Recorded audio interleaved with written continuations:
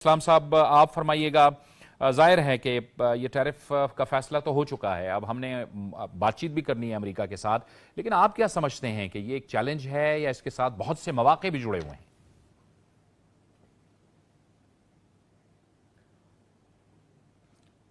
شکریہ جاوید اقبال صاحب. دیکھیں جی، ہر چیلنج اپنے ساتھ جو ہے بہت ساری اپارچونیٹیز کو لے کر آتا ہے، اور یہ چیلنج ٹیرف کا چیلنج جو ہمارے سامنے آیا ہے اس میں بھی بہت ساری اپارچونیٹیز ہڈن ہے پاکستان کے لیے. بات یہ ہے کہ آپ اس کو کس نظر سے دیکھتے ہیں اور کس طرح سے چیزوں کو ری الائن کرتے ہیں. آپ نے بالکل صحیح بتایا کہ پاکستان اور یو ایس کا جو ٹریڈ ڈیفیسٹ ہے پاکستان کے فیور میں ٹریڈ سرپلس ہے اراؤنڈ 3 بلین کا، اور یو ایس کو ہم جو ایکسپورٹ کرتے ہیں وہ ٹیکسٹائل زیادہ تر 80% کے قریب ایکسپورٹ کرتے ہیں.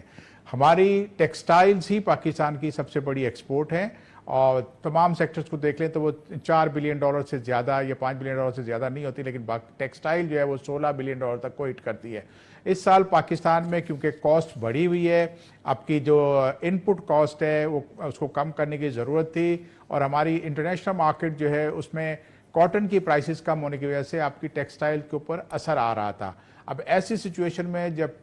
ٹرمپ صاحب الیکٹ ہوئے اور انہیں اپنے لبریشن ڈے کے اوپر اپریل میں